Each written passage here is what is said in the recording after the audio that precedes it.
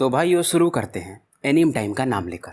और जैसा कि पिछले एपिसोड में हमने देखा था, मू चेन फाइनली अपने फादर मू फेंग के पास आ चुका था। और जो सामने में ये जो ब्लैक पॉइजन था उसे देखकर ये लोग चिंतित थे, पर मू चेन कहता कि मेरे पास एक प्लान है। अब इसकी बात सुनकर मू फेंग वगैरह थोड़े सरप्राइज होते हैं। अब आगे तो भाई और चैनल को ज़्यादा से ज़्यादा लाइक और सब्सक्राइब करें। और जिन्होंने भी मार्शल यूनिवर्स के नॉवेल नहीं देखे हैं, नहीं पढ़े हैं, मेरे चैनल पर आपको प्लेलिस्ट मिल जाएगी और सीजन 4 जहाँ से शुरू होने वाला है उसके आगे का पूरा नॉवेल आपको मिल जाएगा।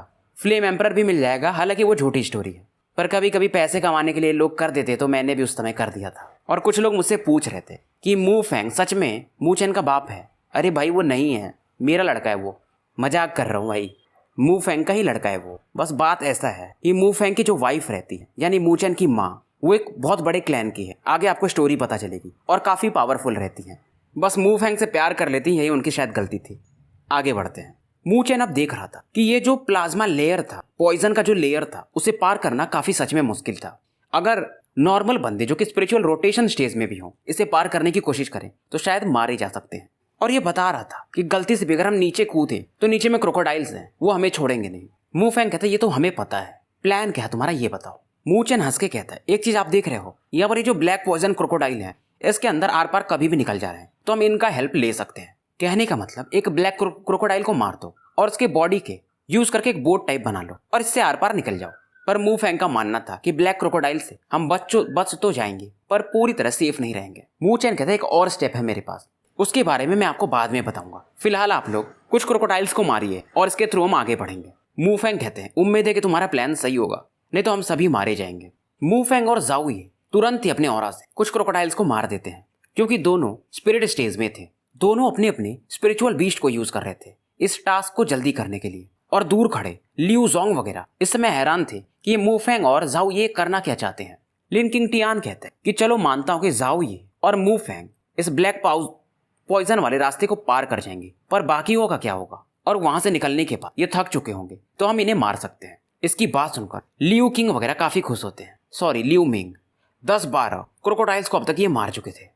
अब मू चेन कहते कि बीच में जो क्रोकोडाइल्स हैं उनका लेवल थोड़ा ज्यादा है। अब क्योंकि हम क्रोकोडाइल्स की बॉडी यूज कर रहे हैं तो उन्हें पता नहीं चलेगा, क्योंकि उनका इंटेलिजेंस काफी वीक होता है। पर अगर वो गलती से सेंस कर ली तो हमें उनके सेंसेस को थोड़े कमजोर करने पड़ेंगे। और क्योंकि मू चेन कहता है इसने स्पिरिचुअल एरेज सीखे हैं, ये तुरंत ही 8 स्पिरिचुअल सील्स बनाता है और कई सारे टाइनी स्पिरिचुअल एरे बनाने लगता है, जिससे ये लोग एक सोल कंफ्यूजन एरे क्रिएट करेंगे, जिससे क्रोकोडाइल्स कंफ्यूज हो जाएंगे। अब सभी लोग क्रोकोडाइल्स के कवर में घुस जाते हैं और अंदर पास करने लगते हैं। डुआन वे काफी खुश होता है कि लिटिल लॉर्ड सच में काफी होशियार है। इन्हें पहले लगता था कि मू चेन एक बच्चा है जो कि शायद ज्यादा स्ट्रांग नहीं हो पाएगा, एक लाडला बच्चा है, पर शायद ये गलत थे। मू फेंग इसे डांटते हैं कि डुआन वे अभी से उसकी इतनी तारीफ मत करो, वो बिगड़ जाएगा, अभी तो हमारा रास्ता पूरा भी नहीं हुआ है। तो ये जो ब्लैक पॉइजन लेक था, जिसे हम मार्च भी कह सकते हैं, इसमें ये क्रोकोडाइल्स के बॉडी से बने बोट्स को बनाकर आगे पार कर रहे थे। और बीच बीच में इस लेक पर कुछ ब्लैक पॉइजन बबल्स भी निकलते रहते थे। और इन बबल्स को देखकर ये लोग थोड़े टेंशन में तो थे, पर मू चेन एज यूजुअल काफी काम रहता है। और इस दौरान इनके बोट के आसपास कई सारे क्रोकोडाइल्स आने लगते हैं, पर मू चेन के कहने के अनुसार ये लोग अपने ब्रीदिंग को कंट्रोल किए रहते हैं, तो इससे ये प्रॉब्लम भी अब धीरे धीरे सॉर्ट होने लगा था। खास करके मू चेन के एरे के कारण ये क्रोकोडाइल्स थोड़े कंफ्यूज थे। मू चेन की मदद से ये लोग इस लेक को पार कर लेते हैं। और मू चेन कहता है कि डैड कैसा लगा। मू फेंग भी इसके पीठ पर थपथपी लगाते हैं। Not bad. अब इनको भी लग रहा था इनका लड़का बड़ा हो रहा है। अब मू चेन की टीम को बाहर आता देख लियू मिंग वगैरह का चेहरा उतर जाता है कि ये लोग इतना आराम से कैसे पार कर गए। चलो इनको पूरा चीज पता था तो ये पार कर गए थे, पर मू क्लैन के लोग कैसे कर गए। लियू जोंग कहता है लगता है मू टेरिटरी वाले बंदे इस बार प्रिपेयर्ड हैं।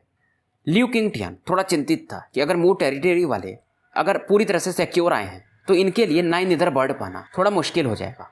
अब किंग टियान के कहने पर ये लोग आगे बढ़ने लगते हैं और कहते टेंशन मत लो, आगे में मैं इनके लिए एक बहुत बड़ा गिफ्ट तैयार करूंगा। अब इस लेक से बाहर निकलने के बाद मू फेंग का टीम भी आधा घंटे तक जंगल में और ज्यादा ट्रैवल करता है और सामने में इनको फाइनली एक ब्लैक माउंटेन दिखता है। और मू फेंग सबको सावधान करते हैं कि यहाँ पर तुम्हें हाई रैंक के स्पिरिचुअल बीस्ट मिल सकते हैं, तो सचेत रहना। अब हाई लेवल के स्पिरिचुअल बीस्ट मतलब स्पिरिट स्टेज के बंदों के बराबर। अब ये लोग पूरा थोड़ा ब्रीदिंग कंट्रोल करके आराम से आगे बढ़ रहे थे और इन्हें सरप्राइजिंगली कोई मुसीबत मिलती नहीं है। पर आगे पहाड़ के ऊपर बढ़ते समय मू चेन कुछ फील करता है और अपने फादर की तरफ देखता है। इसके फादर भी अब चौकन्ने थे, कुछ तो गड़बड़ था। दोनों सेम तरीके से सोच रहे थे। जहां पर ये लोग थे वो 3 माउंटेन का इंटरसेक्शन पॉइंट था, मतलब यहीं से आप 3 माउंटेन्स पर चढ़ सकते हो। पर आगे चढ़ने का रास्ता काफी छिछला था और क्लिफ के एक लोकेशन पर कुछ लोग खड़े थे। इनमें से एक था लियू किंगटियान। वो कहता है मू फेंग, तुम ज्यादा स्लो नहीं हो। जाओ ये तुरंत ही अपने स्पिरिचुअल एनर्जी को कंडेंस करते हैं और मू फेंग भी बोलते हैं कि किंगटियान करना क्या चाहते हो। किंगटियान अपना हाथ हिलाता है और लियू क्लैन के जो लोग थे कई सारे पहाड़ यानी पत्थर मू फेंग के ऊपर फेंकने लगते हैं, मू टेरिटरी पर। और इनमें से एक जार था। जार में एक ब्लैक लिक्विड था, रेड कलर का, ब्लैकिश रेड लिक्विड, और ये काफी स्टिकी था, चिपचिपा। और क्योंकि जार कांच का होता है तो ये फूट जाता है और ये ब्लड चारों तरफ फैल जाता है। और इस समय क्योंकि शायद ये किसी एनिमल का ब्लड था तो बहुत सारे बीस्ट इनकी तरफ बढ़ने लगते हैं। किंगटियान का प्लान काफी अच्छा था। किंगटियान हंस के कहता है, मू फेंग, क्या तुम्हें हमारा गिफ्ट पसंद आया? मैंने तुमको पहले ही कहा था कि 9 नीदरबर्ड हमारा है, फालतू में तुम बीच में पड़े। जाओ ये भी सोचते हैं कि करना क्या है। मू चैन कहता कि देखते हैं अंकल फिलहाल। और इनको सामने से 3 स्पिरिचुअल बीस्ट आते हुए दिखते हैं और वो भी हाई रैंक के। तो जो पहला बीस्ट था वो था पर्पल विंग्ड लायन, मतलब इसके पंख भी थे, और एक ब्लैक स्टील बीस्ट था कोई, और एक एक्वा ब्लेज क्रेन। और इन तीनों में सबसे स्ट्रॉन्गेस्ट वो एक्वा ब्लेज क्रेन था जो कि स्पिरिट स्टेज के भी मिडल फेज में था। किंगटियान हंस रहा था कि मू फेंग, इस बार तुम अनलकी हो क्योंकि ये जो एक्वा ब्लेज क्रेन है ये बहुत ज्यादा ही पावरफुल है। अब ये जानते थे कि ये भाग भी नहीं पाएंगे तो फाइट करना बनता ही था। मू चेन शांति से इन सीन को देख रहा था और उसके दिमाग में एक आइडिया आता है। मू चेन तुरंत ही अपने फादर के कानों में कहता है डैड, और कहता है कि आप और अंकल जाओ मिलकर इन 3 बीस्ट को थोड़े समय के लिए बस ब्लॉक करो। इसके डैड कहते हैं पर हम इन बीस्ट से अगर फाइट करेंगे तो हम वीक हो जाएंगे और इस मौके का फायदा उठाकर किंगटियान हम पर पक्का अटैक करेगा। मू चेन समझाता है कि बस आपको ब्लॉक करना है, ज्यादा एनर्जी यूज मत करना। मू फेंग कहते हैं अगर हम उसको ब्लॉक भी करेंगे तो क्या फायदा है, ये हमें छोड़ेंगे नहीं।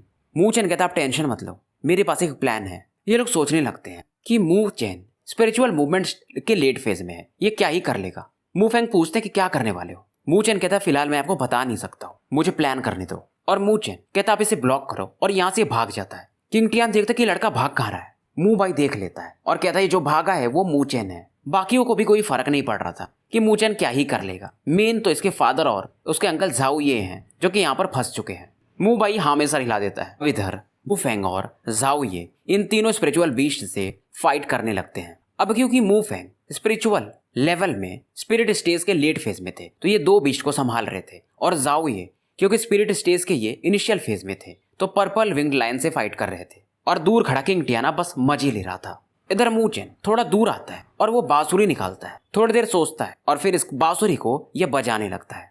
हालांकि ये स्पिरिट बग यूजर था नहीं पर बेसिक चीजें ये जानता था। फ्लूट में से भी एक लाइट बाहर निकलता है और तुरंत ही ये एक्टिवेट हो जाता है और ये साउंड चारों तरफ फैलने लगता है। साउंड ज्यादा लाउड नहीं था पर शायद वो बीज मधुमक्खियां इसे सुन सकती थी। और मू चेन लगातार इसे बजाते रहता है और ये उधर देख रहा था कि इसके फादर और अंकल थोड़े मुसीबत में हैं तो इसे जल्दी ही करना था जो भी करना था। पर अभी तक वो मधुमक्खियां अभी तक आई नहीं थी। ये सोचने लगता है क्या मैं जो यूज कर रहा हूं ये सही नहीं है। और इस समय मू चेन उस बंदे को याद करता है जिसका ये फ्लूट था कि कुछ तो करो। और 10 मिनट अब बीत चुके थे। ये अपने दांत को पीसने लगा था कि अब करे तो करे क्या। तभी ये दूर में देखता है और इसे कुछ तो दिखता है और ये काफी खुश हो जाता है क्योंकि दूर में से एक पूरा झुंड दिखता है मधुमक्खियों का। और मू चेन तुरंत ही वैली की तरफ जहां पर इसके फादर्स थे और अंकल उधर भागने लगता है। इधर खड़े डुवानवे वगैरह भी थोड़े चिंतित थे कि हम क्या करें, और ये देख रहे थे कि लिटिल लॉर्ड मू चेन अभी तक आए नहीं है। थोड़ी समय में डुवानवे को दूर से मू चेन आते हुए दिखता है। मू चेन उधर से चिल्ला के कहता है कि डैड और अंकल जल्दी से यहाँ से हट जाओ। मू चेन इस समय एक बॉटल खोलता है और ये जो तीनों स्पिरिचुअल बीस्ट थे इन पर ये छिड़क देता है और वहां से भाग जाता है। और जैसे ही ये स्मेल इन तीनों बीस्ट पर फैलता है वो मधुमक्खियां इन तीनों बीस्ट की तरफ दौड़ने लगती हैं। लियू टेरिटरी के लोगों को कुछ समझ में नहीं आ रहा था कि ये लोग कर क्या रहे हैं। किंगटियान सोचता है कि मू फेंग करने की क्या कोशिश कर रहा है, वो तो होशियार है, वो भाग नहीं सकता क्योंकि भागने के कोई रास्ते नहीं है। तभी लियू मिंग दूर में देखता है, इसे कुछ मधुमक्खियां दिखती हैं और वहीं वो तीनों स्पिरिचुअल बीस्ट को भी अब पता चल चुका था। इनको भी मालूम था कि ये मधुमक्खियां इनके लिए खतरा हो सकती हैं तो ये तीनों बीस्ट अब भागने लगते हैं। मधुमक्खियां एक काले बादल के समान थी, लोगों को समझ में नहीं आ रहा था। पर लियू टेरिटरी के कुछ बंदे सोचने लगते हैं कि क्या ये मू चेन का प्लान है, क्योंकि वो जो मधुमक्खियां हैं केवल स्पिरिचुअल बीस्ट पर ही अटैक कर रही हैं और ऐसा मू चेन ने पहले भी किया था। और यहाँ पर जो कुछ क्रैक्स थे उसके अंदर में मू चेन और बाकी लोग छिप गए थे और इसके पास जो वो फ्लूट था और वो स्मेली मटेरियल उसे इसने अपने बैग में रख लिया था। अब ये जो ब्लैक तूफान था जो इन मधुमक्खियों ने लाया था ये थोड़े समय तक रहता है और फिर गायब हो जाता है। तीनों स्पिरिचुअल बीस्ट का एनर्जी भी गायब हो चुका था। सीधा सीधा मतलब यही था कि ये अब खत्म हो चुके हैं। मधुमक्खियां भी अब यहाँ से जहाँ शायद रहती थी वहाँ वापस लौट जाती हैं और वहाँ पर जो बचता है बस केवल और केवल हड्डियाँ उन जानवरों का। पर मूचेन अब क्योंकि ये तीनों स्पिरिचुअल बीस्ट थे तो इनके सोल एसेंस को इकट्ठा कर लेता है और इनको कलेक्ट करने के बाद ये पहाड़ी के ऊपर देखता है और एक स्माइल देता है। लियू किंगटियान भी अब बस मूचेन को घूर रहा था कि सब इस बंदी के कारण हुआ, क्या इसने सच में उन मधुमक्खियों को यहाँ पर लेकर आया था। ये पूछ ही लेता है। मूचेन हंस के कहता है तो क्या आपने लाया था, और ये हंस के कहता है कि जैसा इन बीस्ट के साथ हुआ आपके साथ भी हो सकता है, तो आपको वापस लौट जाना चाहिए। किंगटियान इससे कहता है कि अभी तुम बच्चे हो, ज्यादा उछलो मत, और ये कहता है कि मुझे मालूम है तुम उन मधुमक्खी को कंट्रोल नहीं कर सकते हो अभी भी, क्योंकि तुम्हारे पास वैसी कोई टेक्निक नहीं है, बस तुम्हारे पास वो ब्लैक लिक्विड था, इसके वजह से तुमने उनको छिड़क दिया था उन स्पिरिचुअल बीस्ट पर, बाकी कुछ ज्यादा नहीं। और इस दौरान ये कहता है कि मू फेंग तुम्हारा लड़का सच में काफी अच्छा है। मू फेंग भी हंस के कहता है थैंक यू प्रशंसा करने के लिए। और उसके बाद मू फेंग कहते हैं किंगटियान और क्या है तुम्हारी चाल। किंगटियान भी जानता था कि फिलहाल मू टेरिटरी से फाइट करके कोई मतलब नहीं है। ये अपने हाथ को हिलाता है और इसके साथ ही लोग तुरंत ही आगे बढ़ने लगते हैं और मू फेंग भी इशारा करते हैं कि लियू टेरिटरी वालों को बस फॉलो करो।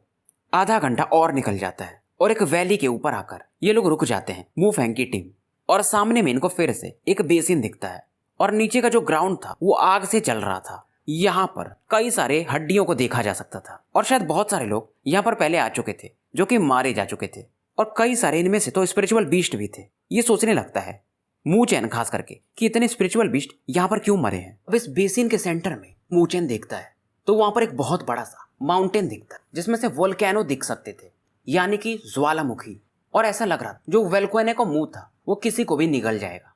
और मूचेन इसे देखते ही सीरियस हो जाता है और ऐसा सीन इसने कहीं तो देखा था। ये जब याद करता है तो वो जो कॉपर का टुकड़ा था जिसमें उस 9 फीदर बर्ड का इमेज बना हुआ था उसमें सेम चीज इसे दिखी थी। शायद इसी के अंदर या इसी के आसपास वो 9 नीदर बर्ड कहीं पर होगी। इधर किंगटियान मू फेंग को घूर रहा था और ये तुरंत ही Liu Jong, Liu Ming, Liu Mubai इनको लेकर उस वोल्केनो की तरफ बढ़ने लगता है। मू फेंग भी जब ये देखते हैं तो अपनी टीम को आदेश देते हैं, सभी अपने ऑरा को रिलीज करते हैं और इसी तरफ बढ़ने लगते हैं। लियू किंगटियान जब देखता कि मू फेंग आगे आ रहा है तो ये अपना स्पिरिचुअल बीस्ट जो कि एक जायंट एप था उसे रिलीज कर देता है। इस बीस्ट का नाम है लाइटनिंग स्केल बीस्ट, जो कि बीस्ट की रैंकिंग में अर्थ लेवल के 133वें नंबर का बीस्ट है। मतलब हेवन रैंक की किसी के पास बीस्ट नहीं है, पर फिर भी इस दुनिया में ये एक टॉप लेवल का बीस्ट माना जा सकता है। पर मू फेंग का जो ड्रैगन फायर बीस्ट था वो इससे ज्यादा स्ट्रॉन्गर था, तो किंगटियान मू फेंग से फाइट करने को देखता है। वहीं लियू जोंग झाओ ये से फाइट करने लगता है और इस दौरान इस मौके का फायदा उठाकर मूचेन वोल्केनो की तरफ बढ़ने लगता है और इसे देखते ही लियू मिंग तुरंत ही मुबाई को आदेश देता है कि उस बच्चे को रोको।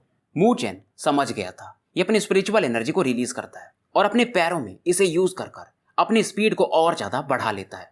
एक के पीछे के ये दोनों वोल्केनो की तरफ बढ़ने लगते हैं। मूचेन अपने डैगर को निकालता है और वो जो वोल्केनिक माउंटेन था उसे इसे चीरने लगता है। इधर मुबाई भी कुछ डैगर्स निकालता है और इसका एम मूचेन के ऊपर रहता है। इन डैगर्स को अपनी तरफ आता देख मूचेन तुरंत ही अपने स्पिरिचुअल एनर्जी के फ्लक्चुएशन से इन्हें ब्लॉक कर देता है और एक छोटा सा एरे डिफेंस के लिए बना लेता है और मूचेन इस पर एक अटैक कर देता है। इधर मुबाई भी अपने एक डार्क रेड फिश से इसके अटैक पर अटैक करता है, पर इस दौरान इसका स्पीड थोड़ा सा स्लो हो जाता है और मूचेन थोड़ा आगे निकल जाता है। दोनों आगे तो बढ़ रहे थे पर बीच बीच में एक दूसरे से फाइट कर रहे थे कि कोई पहले ना पहुंच जाए, पर मूचेन उस ब्लैक वोल्केनो के थोड़ा जल्दी पहुंच जाता है। पर वहां पर जो वोल्केनोस जो थे उसके वजह से ये नीचे नहीं देख पा रहा था कि अंदर में क्या है। वहां पर एक क्रेटर था जिस पर ये एक पंच मारता है और इसके बाद मूचेन इसके अंदर प्रवेश करने लगता है। इसे देखकर मुबाई भी इसको फॉलो करता है। अंदर आने के बाद ये पूरे स्पेस को सर्च करने लगते हैं कि कहां पर है वो 9 नीदर बर्ड, पर अभी तक कितना भी ये सर्च कर ले इन्हें कुछ भी मिल नहीं रहा था। अब मूचेन सोचने लगता है कि उस कॉपर पीस में जो जगह दिख रहा था क्या वो फेक था, और इस क्रेटर के एकदम बीच में जाने लगता है और नीचे उतरने लगता है और वहां पर इसे कुछ बहुत बड़े बड़े ब्लैक रंग के रॉक्स दिखते हैं, पर उसके अलावा कुछ भी नहीं। ये सोचता है यार क्या ही मतलब इतना दूर आने का। उसके बाद ये कुछ सोचता है और उस कॉपर पीस को बाहर निकालता है, पर इस कॉपर पीस में से एक हल्का सा हीट एनर्जी बाहर निकलता है। मूचेन सोचता है शायद जहां पर हीट एनर्जी ज्यादा होगी वहीं पर वो 9 नीदर बर्ड हो सकता है, और ये इसको लेकर आगे बढ़ने लगता है। और यहाँ पर कई सारे जो रॉक्स थे उनमें एक रॉक पर हीट एनर्जी थोड़ा ज्यादा थी, इसका कॉपर पीस काफी ज्यादा गर्म हो जाता है। यहाँ पर आकर मूचेन रुक जाता है। मूचेन इस रॉक को टच करता है और सोचता है क्या पता इस चट्टान के अंदर ही वो 9 नीदर बर्ड हो। अब ये तुरंत अपने डार्क स्पिरिचुअल एनर्जी को रिलीज करता है और लिमिटलेस डेथ सील को एक्टिवेट करता है और एक खतरनाक लेवल का फिश इस चट्टान पर दे मारता है। अब ये क्रैक जो चट्टान थे उनमें क्रैक आने लगते हैं और मू चेन थोड़ा सा पीछे हट जाता है और इन क्रैक्स में से एक ब्लैक लाइट बाहर आती है। जो भी लोग ऊपर में भी थे और खास करके लियू मोबाई जो यहीं पर था वो भी इस समय सरप्राइज हो जाता है और जैसे ये चट्टान पूरी तरह से फूट जाता है इसमें से एक बहुत बड़ा सा अंडा निकलता है जो कि काले रंग का था। मू चेन अपनी आंखों को बंद करके खोलने लगता है। इसे समझ में नहीं आ रहा था क्या पता यही नाइन नीदर बर्ड का अंडा हो। इधर मू बाई अब तो इसको लालच आ गया था। मू चेन इस सीन को देखता है कि मू बाई आगे बढ़ रहा है पर ये आगे नहीं बढ़ता है। इधर मू बाई जैसे उस अंडे को टच करने वाला था अंडे में से एक ब्लैक लाइट निकलती और इसके बॉडी को हिट करती। ये काफी दूर जाकर गिरता है और इस दौरान खून की उल्टी करने लगता है। अब ये अंडा अपने आप हवा में उड़ने लगता है और वो जो होल था क्रेटर का उससे बाहर निकल जाता है। इसे देखकर मू चेन इसे फॉलो करता है और वोल्केनो से ये भी बाहर आ जाता है, पीछे से मू बाई भी। अब इधर मू फैंग किंग टियान जो फाइट कर रहे थे इस समय इस फाइट को रोक देते हैं और उस अंडे की तरफ देखने लगते हैं जिसमें से एक खतरनाक लाइट बाहर निकल रहा था। और एक बात और गाइस, शायद मुझे अब ऑफिस जाना पड़े। अभी तक मेरा वर्क फ्रॉम होम था पर अब मैं पुणे ट्रैवल करने वाला हूँ तो शायद अब वीडियो एक ही आ पाए। अब जब जाऊंगा तो आपको बता दूंगा, फिलहाल अभी भी मैं घर पे हूँ। अब मू फैंग जब इस अंडे को देखते हैं तो ये भी आगे बढ़ते हैं इसे टच करने के लिए पर मू चेन इन्हें मना कर देता है। हालांकि अंडे का लालच काफी ज्यादा था पर मू चेन की बात मू फैंग मान लेते हैं पर वहीं किंग टियान मानता नहीं है और जैसे ही वो जाके अंडे को टच करता है अंडे में से इस बार एक अलग ही साउंड प्रोड्यूस होता है और किंग टियान जो कि इसे टच कर चुका था ऐसा लगता है कि इसके बॉडी में एक अलग ही लेवल का पेन छाने लगा हो। ये तुरंत ही अपने हाथ को हटाता है और नाइफ से अपने उंगली को ही काट देता है जिससे इसने टच किया था। तब जाके इसका पेन शांत होता है और इस दौरान ये अपने स्पिरिचुअल एनर्जी को पूरी बॉडी में मोबिलाइज करने लगता है। अब मू फैंग को समझ में आता है कि सही किया इसने जो मू चेन की बात मान लिया। किंग टियान अपने बाकी साथियों को भी समझाता है कि अंडा थोड़ा स्ट्रेंज है। मू चेन की तरफ इसके फादर आ जाते हैं और इसके पीठ को थपथपाते हैं क्योंकि ये नाइन नीदर बर्ड कोई नॉर्मल बर्ड नहीं है। अर्थ लेवल की भी रैंकिंग में ये 11वें रैंक का एक बीस्ट है। लालच में बहुत लोग इस अंडे की तरफ देख रहे थे पर कोई मूव नहीं कर रहा था। पर इस समय ये जो अंडा था इसमें से एक फ्लक्चुएशन बाहर निकल रहा था, मानो कोई चीज अब इसमें से जन्म लेने वाला हो। अंडे के ऊपर कुछ एंशिएंट पैटर्न्स भी बनने लगते हैं और इसकी स्पिरिचुअल एनर्जी को अब फील किया जा सकता था। मू फैंग बाकियों को इशारा करते हैं कुछ भी गड़बड़ लगा तो हम यहाँ से बाहर निकल जाएंगे, हमें नहीं चाहिए ये nine neither bird. Liu territory के लोग अब लियू किंग टियान से पूछते हैं कि हमें क्या करना चाहिए। सिचुएशन काफी बुरा लग रहा है पर किंग टियान कहता है कुछ भी हो जाए हमें ये अंडा चाहिए ही चाहिए, इसके लिए हमने इतनी मेहनत की है। इधर लियू जोंग और लियू मिंग किंग टियान से आके मिलते हैं और इसका हाल पूछते हैं। किंग टियान इससे कहता है सभी मेरी हेल्प करो, मुझे कुछ भी हो जाए ये अंडा चाहिए ही चाहिए। अब इधर ये अंडा और भी ज्यादा चमकने लगता है और ये धीरे धीरे कांपने लगता है और फाइनली एक ब्लैक लाइट इसमें से एक बार फिर से बाहर निकलती है। पूरा आसमान डार्क हो जाता है। मू चेन इस ब्लैक लाइट की तरफ देखता है और कहता है कि फादर कुछ तो गड़बड़ है। मू फैंग का भी चेहरा उतर जाता है। ये तुरंत ही अपने स्पिरिचुअल एनर्जी को रिलीज करते पर सभी लोग अब फील कर रहे थे कि जैसे मानो इनका स्पिरिचुअल एनर्जी अपने आप खत्म हो रहा हो। कुछ तो था जो सभी के स्पिरिचुअल एनर्जी को डिवोर कर रहा था और इसका कारण वही काला अंडा था। डुआन वे कहते हैं कि टेरिटरी लॉर्ड मू हमें क्या करना चाहिए। मू फैंग तुरंत ही कहते हैं कुछ नहीं, बस निकलो यहाँ से, सिचुएशन काफी बुरा है। किसी के मन में अब लालच था नहीं। मू फैंग वापस लौटने ही वाले थे तभी ये पीछे पलट के देखते हैं क्योंकि जो ब्लैक लाइट थी और भी ज्यादा डेंस हो चुकी थी और ये सामने भी देखते हैं कि बहुत सारे ब्लैक लाइट्स ये जो अंडा था इसमें आके करके मिक्स हो रहे थे और ये नॉर्मली हाई लेवल के स्पिरिचुअल बीस्ट की ऑरा थी। सभी का चेहरा पीला पड़ जाता है। मतलब बेसिकली ये अंडा पावरफुल बीस्ट के ऑरा को एब्जॉर्ब कर रहा है, मतलब ये हमारा भी कर सकता है। तो मू फैंग बोलते कि भागो और इस ब्लैक लाइट से बचने की कोशिश करो। यहाँ पे कई सारे बीस्ट इस अंडे की तरफ दौड़ के आ रहे थे और ये देखते हैं मू फैंग कि ये जो बीस्ट है ये पागल से हो गए हैं, कुछ तो मिस्टीरियस है जो इनको अपनी तरफ अट्रैक्ट कर रहा है। मू चैन को इस समय वो जो स्पिरिट बग यूजर जिसका स्केलेटन इसको मिला था कि वो स्पिरिट बग यूजर नॉर्मल बंदा नहीं था, फिर भी वो हार गया था। यानी ये 9 फीदर बीस्ट काफी खतरनाक है। मू चैन देखता है ये जो भी बीस्ट अभी इधर आते हैं उन सभी की ऑरा को ये 9 फीदर वाला जो एग था यानी अंडा उन्हें अब्सॉर्ब कर रहा था और अपने को इवॉल्व करने की कोशिश कर रहा था। स्काई पहले से भी ज्यादा डार्कर हो जाता है और जो भी यहाँ पर बीस्ट आए थे उनका बस कंकाल बचता है और यहाँ पर पहले से ही कंकाल थे। तो मू चैन समझ चुका था ये अंडा पता नहीं कितने बीस्टों की ऑरा को एब्सॉर्ब कर चुका है, शायद ये खुद को इवॉल्व करने में पागल सा हो चुका है। और ये लोग समझते हैं, मू फैंग बताते हैं कि ये जो अंडा था यानी जो स्पिरिचुअल बीस्ट है 9 फीदर, सभी इसने प्लान किया था। इसने अपना न्यूज दिया था कि मैं यहाँ पर हूँ ताकि ये बहुत सारे लोगों को अट्रैक्ट कर सके और उनकी ऑरा को एब्सॉर्ब कर सके। ये बीस्ट काफी इंटेलिजेंट था और कॉपर पीस जो लियू टेरिटरी को मिला था सब शायद इसी बीस्ट का प्लान था। सभी का चेहरा पीला पड़ जाता। मतलब ये बीस्ट कितना ज्यादा इंटेलिजेंट है, शायद इंसानों के बराबर। अब डुआनवे पूछते कि करना क्या है। मूफेंग कहते हैं कोशिश करो निकलने का। अगर ये 9 फीदर बर्ड जाग गया तो हमारा बचना मुश्किल होगा। 9 नीदर बर्ड। अब इधर लियो टेरिटरी के लोग देखते हैं कि मू टेरिटरी के लोग निकल रहे हैं, तो ये किंग टियान से पूछते कि हमें क्या करना चाहिए। किंग टियान कहता है टेंशन मत लो, हमें कुछ नहीं होगा, ये लोग चले जाएंगे तो हमें फायदा ही है। अब क्योंकि जिधर ये मू टेरिटरी के लोग निकल रहे थे तो उधर से स्पिरिचुअल बीस्ट इस अंडे की तरफ बढ़ रहे थे, तो इनका भागना थोड़ा मुश्किल था। तो ये धीरे धीरे करके ही आगे बढ़ पा रहे थे, चुपके छुपा के। और इस समय आसमान में बिजलियां भी कड़कने लगती हैं और उस अंडे में अब 2 क्रैक्स भी आने लगे थे। शायद इसके अंदर से वो 9 नीदर बर्ड अब बाहर आ रहा था। और फाइनली एक ब्लैक फ्लेम्स वाली पंख दिखते हैं। ऐसा लग रहा था कोई बीस्ट रीबर्थ कर रहा हो। मूचेन देखता है पलट करके, तो ये है वो 9 नीदर बर्ड। और इसके बॉडी से निकलने वाला प्रेशर जो स्पिरिट स्टेज के ऊपर का लेवल होता है उसे कहते हैं हम 3 हेवन स्टेज, शायद उसके बराबर है। और उसके ऊपर ये जाना चाहता है। अब ये लोग भाग भी नहीं पा रहे थे क्योंकि आसमान में बिजलियां कड़क रही थी, और कोई भी बिजली अगर इनके ऊपर गिरी तो ये वैसे भी मारे जाएंगे। और ये क्लाउड जो थे इन्हें हम ब्लैक थंडर क्लाउड कह सकते हैं। और जो बिजली चमक रही थी उसे डिवाइन थंडर कहा जा सकता है। मतलब 9 नीदर बर्ड इवॉल्व करने के लिए जब कोई बंदा इवॉल्व करता है तो उसके बॉडी में टर्बुलेशन होना चाहिए, जैसा कि हमने मार्शल यूनिवर्स में भी देखा है। कुछ वैसा ही कॉन्सेप्ट यहाँ पर भी है। तो भाइयों स्टोरी यहीं पर समाप्त करते हैं और मिलते हैं फिर सुबह एक नई वीडियो के साथ। और स्टोरी अभी हम 60 चैप्टर के आसपास हैं, 64। इसके बाद काफी मजे हैं, खास करके 20 चैप्टर के बाद। तो चैनल को ज्यादा से ज्यादा लाइक और सब्सक्राइब करो।